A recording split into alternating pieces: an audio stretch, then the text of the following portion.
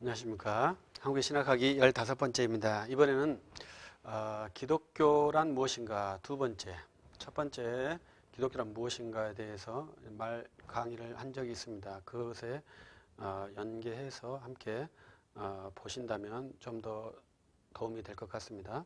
처음에 이제 기독교라는 것은 아주 개략적인 것인데요.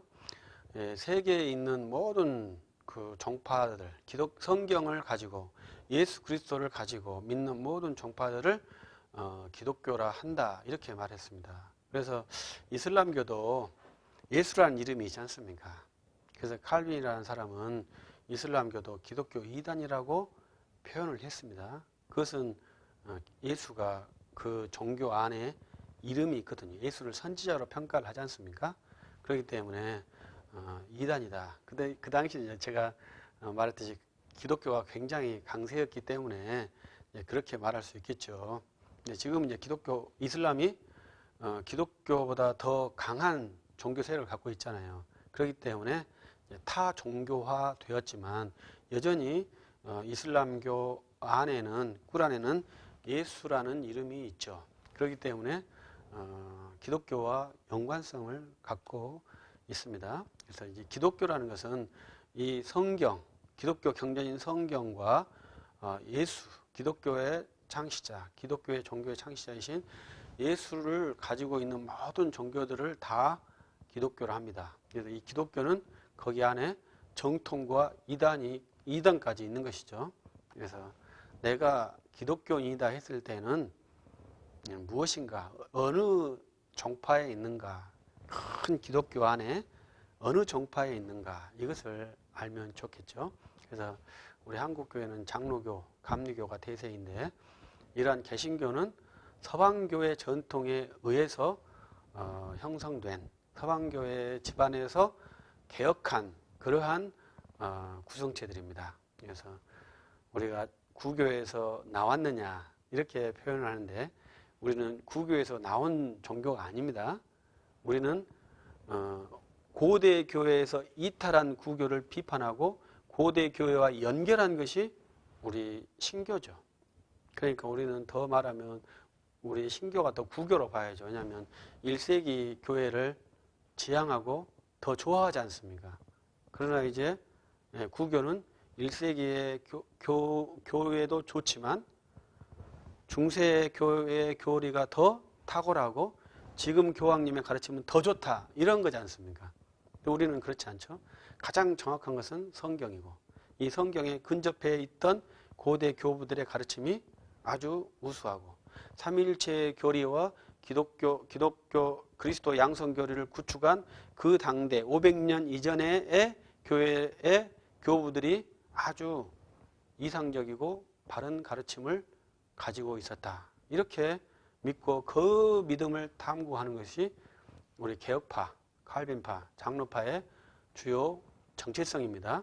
그래서 이러한 것들을 잘 알고 기독교에 대해서 이해를 하고 대화를 한다면 좀 더 객관적이고 타당한 너가 옳으냐 틀리냐 다르냐 이것은 기준점이 없으면 비교를 할 수 없겠죠. 그래서 그 기준점이 무엇이냐가 중요합니다. 그래서 장로교회의 원류는 예루살렘 교회죠. 그 다음에 500년까지의 그 당시에 로마 제국이 한 제국이었기 때문에 그 한 제국의 한 교회의 패턴을 우리가 지향하고 있는 것이죠.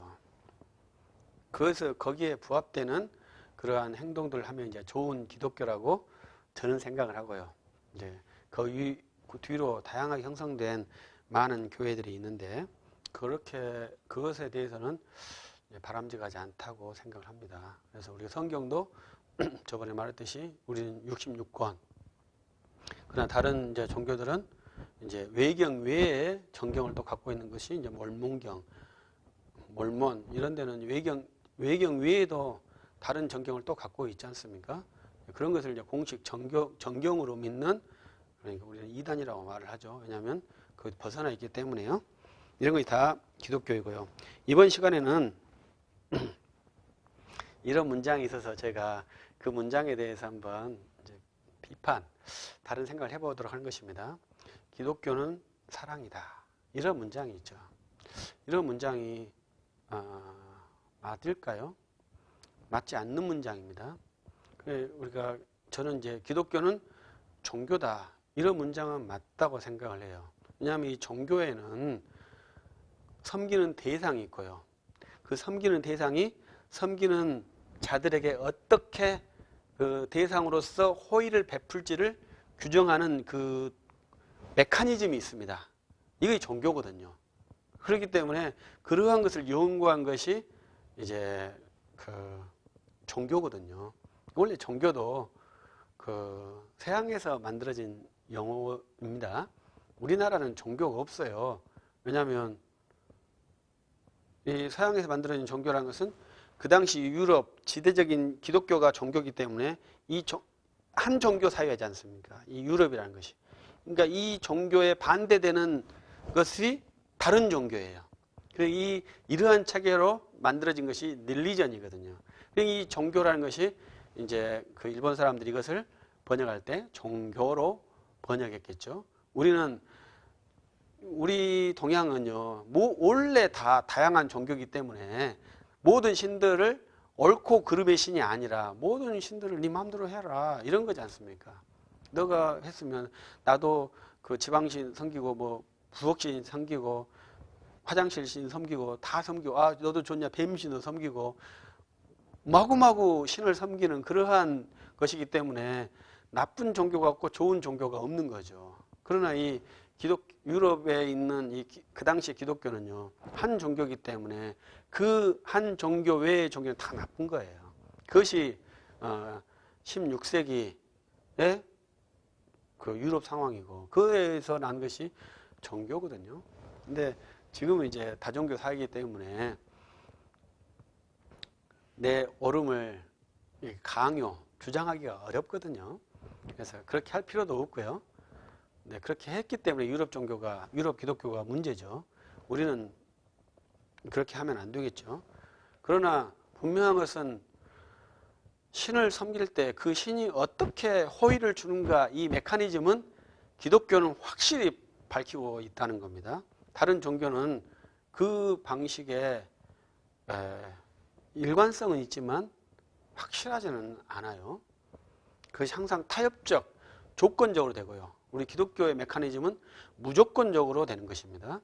그것이 이제 다른 종교와 기독교와의 큰 차이점이죠. 그래서 제가 이렇게 말하는 것은 간혹 죄송합니다. 우리 목사님들께서 기독교는 종교가 아니다. 기독교는 사랑이다. 이렇게 말씀하신 분들이 있기 때문에 그렇습니다. 그것도 어떻게 옳다 그러다 이렇게 평가할 수는 없어요. 근데 사랑이다 했을 때는 대상이 없다 이 말이죠. 대상이 없으면 대상이 준 지식도 없는 거죠. 사랑이라는 것은 어떠한 인격체가 아니고 성질적인 것이거든요. 그렇기 때문에 성질이라는 것은 객관성이 없어요. 그렇기 때문에 아주 안 좋은 것이죠. 근데 요한 1서에 보면 하나님은 사랑이시니라 이렇게 되어 있죠. 그것은 하나님의 한 성질을 나타낸 것이죠. 근데 기독교는 하나님과 다르지 않습니까? 성경에 하나님은 사랑이시라 이렇게 말하는 것은 성경 말씀이죠. 그런데 기독교는 사랑이다 이렇게 말하는 것은 기독교 하나님을 이렇게 병행하는 것처럼 말하는 것이지만 이 하나님은 인격이고요. 기독교는 사람의 집단입니다. 그렇기 때문에 다른 것이죠. 근데 하나님은 사랑이시니라. 이때 이 사랑도 아주 구체적으로 개념화한 사람은 많지 않습니다. 거의 없다고 봐야 됩니다. 그냥 아가페라고 하니까 그럼 아가페가 뭐냐? 순수한 사랑이고 고결한 사랑이고 도저히 형용할 수 없는 사랑이고 이렇게만 말하지 형용할 수 없지 않습니까? 설명할 수 없지 않습니까? 그럼 그게 뭐겠어요? 우리 이성 능력으로 파악하기 힘든 하나님의 놀라운 세계라 이 말이죠. 그러니까 그 사랑도 인간이 파악하기가 굉장히 어려운 것이고요. 저는 그 요한 사도의 이 저작을 보면은 믿음과 이 사랑과 지식이 저는 동등하게 보거든요. 그래서 요한복음에 보면 그를 보내신 자와 예수 그리스도를 믿는 자가 영생이란 그를 보내신 자와 예수 그리스도를 믿는 아는 것이다 이렇게 되어 있죠. 믿는 것이다가 아니고 아는 것이다 했죠. 그러니까 이 지식과 이 믿음과 이 사랑을 요한복음에서는 하나로 본다고 생각합니다. 그러니까 다시 그 말을 바꿔보면서 생각해 보면 돼요. 그래서 하나님은 사랑이시다. 그것은 하나님을 알아야 한다. 이렇게 바꿔서 말할 수 있고요. 호세아서에서는 이 백성이 여호와를 알지 못함으로 아는 지식이 없으므로 망하는도다. 이렇게 말했죠. 그래서 기독교는 사랑이다. 이렇게 말하는 것은 문장 자체에 맹점이 있습니다. 그래서 기독교는 제가 말하는 기독교는 예수 그리스도를 믿는 종교다. 이렇게 설명을 해드리고 싶어요.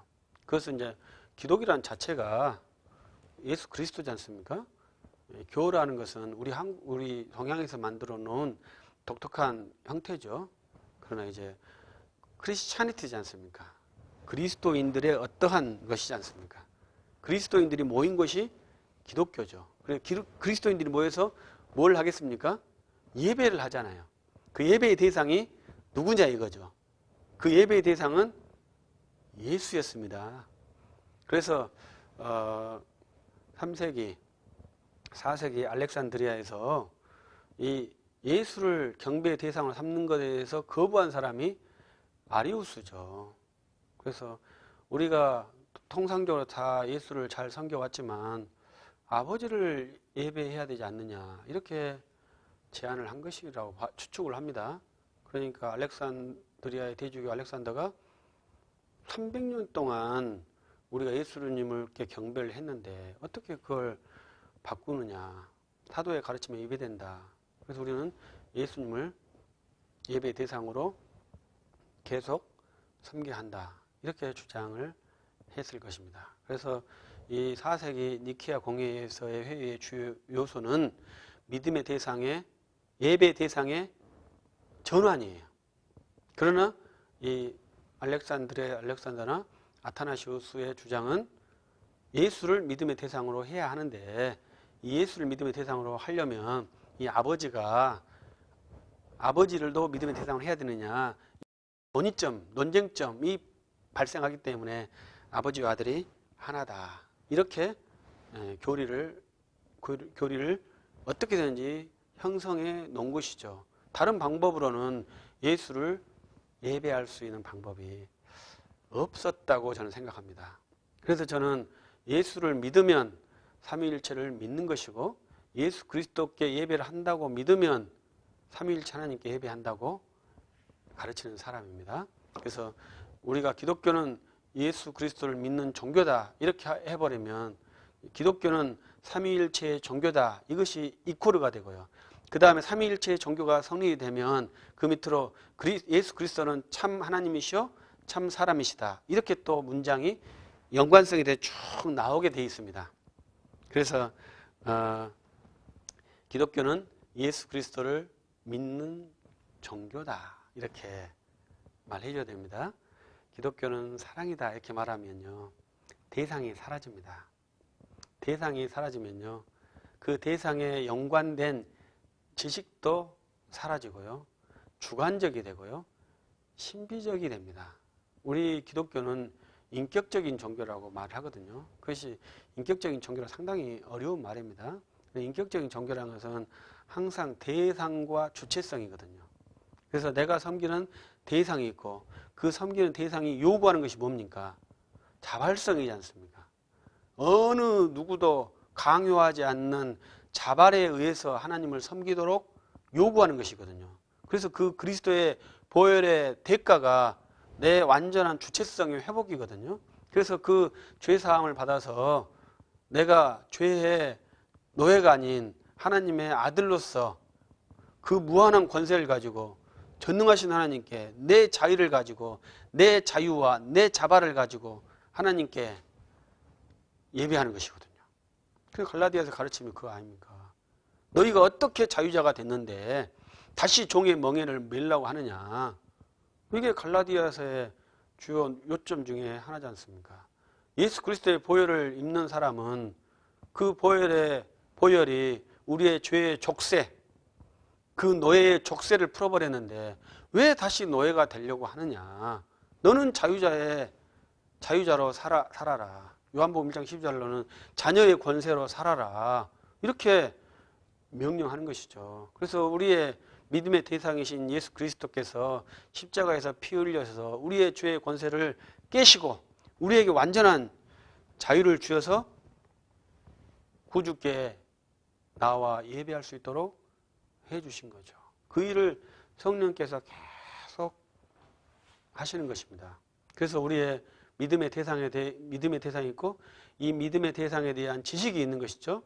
그래서 우리의 믿음의 대상이신 예수 그리스도는 아까 진화로서 말했습니다마는 창조주 하나님이시고 구속주 하나님이시다. 이것이 믿음의 대상인 지식인데 이 창조주 하나님께서 이 땅에 오시는 것을 성육신이라고 하죠. 그래서 하나님께서 이 땅에 오셨습니다. 이것이 성육신의 지식이고요. 그 어린 양께서 우리의 제물이 되시기 위해서 골고다에서 돌아가셨습니다. 그리고 3일 만에 부활하시고 40일 동안 사시고 승천하셨습니다. 그리고 성령을 보내셔서 교회를 이루셨습니다. 이것이 그리스도께서 우리에게 주신 진짜 지식이죠. 그 하나님께서 이 땅에 오셔가지고 제자들과 함께 3년 동안 거느리시면서 이야기하시면서 그리고 승천하셔 성령을 보내시면서 이 베드로 사도가 그 복음을 사도행 2장에서 복음을 선포함으로 성령을 보내신 자가 예수 그리스도이시고 우리 안에 성령이 임했고 너희들도 회개하면 예수께서 성령을 너희에게 보내주실 것이다. 그래서 회개하고 예수를 믿어 성령을 받으라. 이렇게 해서 성령이 임하니까 회개하고 성령이 임하니까 베드로 사도가 그들에게 세례를 베풀었지 않습니까? 그래서 기독교가 형성된 것이죠. 그래서 이 기독교라는 것에서는요, 반드시 믿음의 대상과 믿음의 내용이 있어야 합니다. 근데 우리가 이 고대 교회에서는요, 전편에서 한번 말했는데, 이 믿음의 대상은 고대 교회에서는 다 일치를 했습니다. 그런데 뭐가 문제겠어요? 믿음의 내용에서 문제가 있었던 것이죠. 예수 그리스도를 어떻게 이해할 것이냐, 이해하느냐, 이거에 대해서 논란이 발생한 것입니다. 그래서 믿음의 대상은 같지만 믿음의 내용이 달라가지고 우수수 이단으로 떨어지는 것입니다. 니케아 공회에서도 정통파가 이렇게 형성이 됐지 않습니까? 그럼 정통파가 형성이 된 다음에 다시 그리스도의 그 신성과 인성이 관계에 대해서 다시 정통과 이단이 또 나뉘거든요. 그러니까 이 삼위일체를 형성할 때 같이 그 동일 본체 호모우시우스로 같이 했던 그러한 믿음의 투사들이 다시 그리스도 양성 교리의 부분에서는 또 다른 거예요. 그러니까 그분들이 다시 이단으로 떨어지는 거예요. 그래서 우리가 초대교회 할 시간에 보면 이분들을 이단으로 봐야 됩니까? 이렇게 할 정도로의 아주 섬세한 부분을 가지고 이 고대 교회는 교리 논쟁을 했거든요. 지금은 그렇게 논쟁을 하지 않기 때문에 우리가 모르는 것입니다. 지금은 믿음의 내용은 따지지 않아요. 너희가 예수님을 믿느냐 이걸 따집니다. 그래서 믿음의 대상만 같으면 이게 정통적인 교회로 인정하는 수준이에요. 지금 그 한국과 세계 교회 수준이.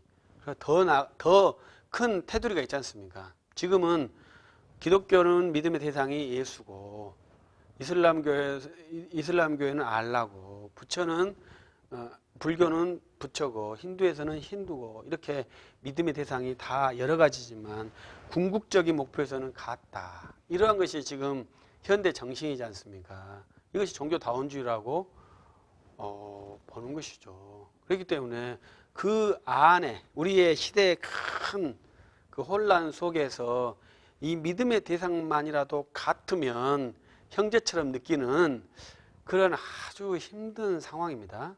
고대 교회와 지금 상황이 그렇게 다른 거예요. 그래서 이 기독교에서 예수 그리스도를 아는 지식을 형성하는 것이 아주 중요한 것이죠. 그래서 예수님을 믿고 그 믿으면 믿음의 연한에 따라서 믿음의 대상이신 예수 그리스도에 대한 지식이 많아져야 되는 것이죠.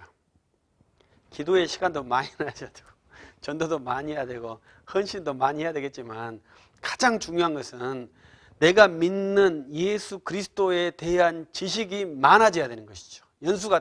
연수가 지남에 따라서 여러분들이 연수가 많이 지났는데 예수 그리스도에 대한 지식은 얼마나 많아졌나요? 여전히 예수 믿고 천국 가자 이 지식 수준에 머물러 있나요? 그러면 오랜 신앙의 연조가 무언 관심이 있겠습니까? 세상 풍조를 운행하는 그러한 인생의 처세술은 발달이 되었겠지만 복음의 진수에 대해서는 발달이 없는 사역자가 과연 좋다고 봐야 할까요? 교회 운영 기법은 발달하고 있지만 복음에 진전이 없는 그리스도인을 좋은 그리스도인이라고 말을 해야 될까요? 그런 분들을 기독교인이라고 말해야 될까요? 기독교는 믿음의 대상이 있기 때문에 그 대상과 계속 인격적인 교제를 하면 그 인격적인 교제에 의해서 대상에 대한 명료한 지식, 명료한 대상에 대한 확실성, 그리고 그 명료한 대상에 대한 구체적인 지식이 발생이 되게 돼 있어요. 근데 그것을 우리는 뭉뚱해서 사랑이다, 은혜다, 인내다 뭉뚱해가지고 말을 해버리죠. 또 한국 사람은 그게 체질에 맞아요. 한국은 상당히 재밌는 민족이라고 생각합니다. 제가 한국 사람입니다만은. 그러니까 가장 재밌는 것은 고추를 먹을 때 고추장에 찍어 먹는 거죠. 그리고 얼마나 이 강한 민족입니까? 그러니까 이 한국 사람들은 굉장히 의지도 불타고 체력도 있고 근성도 있고 다 좋은데 아주 섬세한 디테일이 빠져요. 그런데 좀 가슴 아픈 소리는 본래 우리 한국 사람이 디테일이 빠졌느냐, 그런 민족은 아닙니다.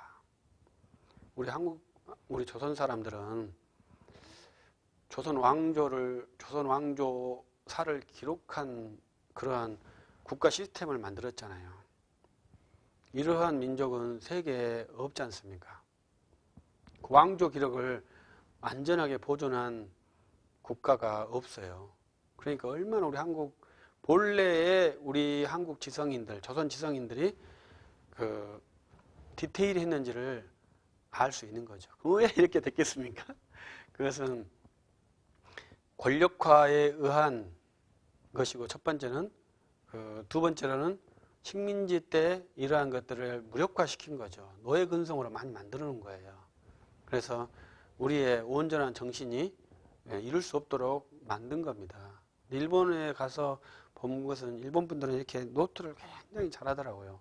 근데 아직도 저도 가서 하려고 했는데 체질화가 안 돼서 잘 안 해요. 그러나 계속 해야 됩니다. 그러면 데이터, 지식이 증가하거든요. 그러나 정서적으로는요, 절대 지식은 증가하지 않습니다. 교회 사이즈가 아무리 커도요, 지식은 증가하지 않아요. 교회 사이즈는 미래로 건물의 형체는 전달할 수 있지만 사람은 전달 못 시킵니다. 그러나 이 책의 데이터는요, 문자로 전달을 시킬 수가 있어요. 이 건물의 외형을 전달을 해야 되겠습니까?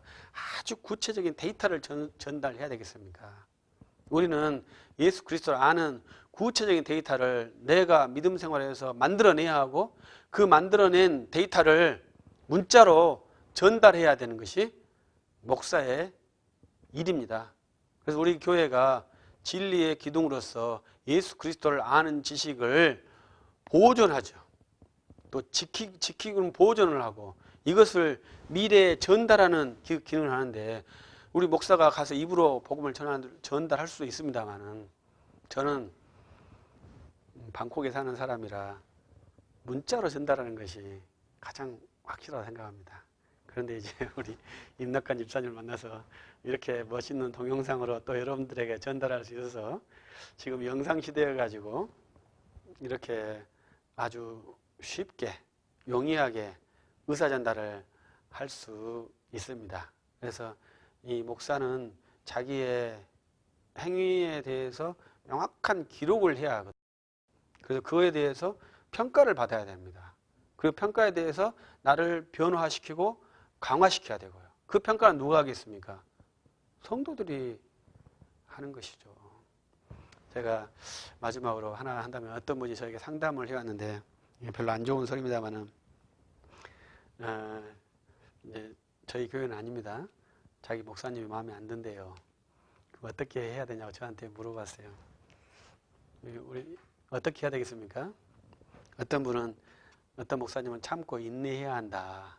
목사님 항상 하나님의 종이니까 순종해야 한다. 이렇게 해야 된다고 제가 말하고 난 다음에 말하더라고요. 그렇게 말한 줄 알았으면 저는 말을 안 했을 겁니다.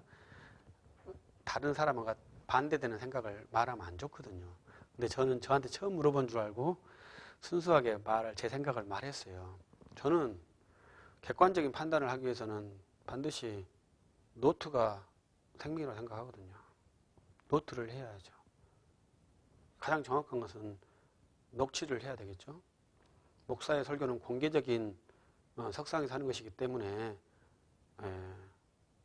허락을 받든지 비공식 받든지 그것은 공적 설교지 않습니까? 그것은 녹화에 별 큰 문제가 없다고 저는 생각을 합니다. 그래서 그 구체적인 데이터에 의해서 그분의 지식 변이를 체크해보면 금방 내가 잘못됐는지 목사가 잘못됐는지 금방 알 수가 있는 거예요. 그런데 감정적으로 계속 감정만 가면은요 안 되죠. 목사님이 잘해도 기분 나쁠 수 있어요. 그건 내 감정 문제거든요. 목사님이 못해도 내가 감정으로 좋게 할 수 있어요. 이것도 감정 문제거든요. 이 감정으로 교회를 한다는 것은 좋을 수도 있겠죠. 그러나 문제는 항속성. 다음 세대로 그 감정은 절대로 전달 안 되는 거예요. 이 세대에 끝나는 거예요. 그러나 지식은 반드시 다음 세대로 전달이 됩니다. 왜냐하면 문자화 시킬 수가 있거든요. 구체적으로. 그래서 우리 기독교가 이 시대에 아무리 힘들고 어려워도요. 정통 기독교가 행복한 적이 없습니다. 언제나 힘들었어요. 진리는 언제나 세상 속에서 힘들었지 진리가 세상 속에서 행복한 적은요. 한 번도 없습니다.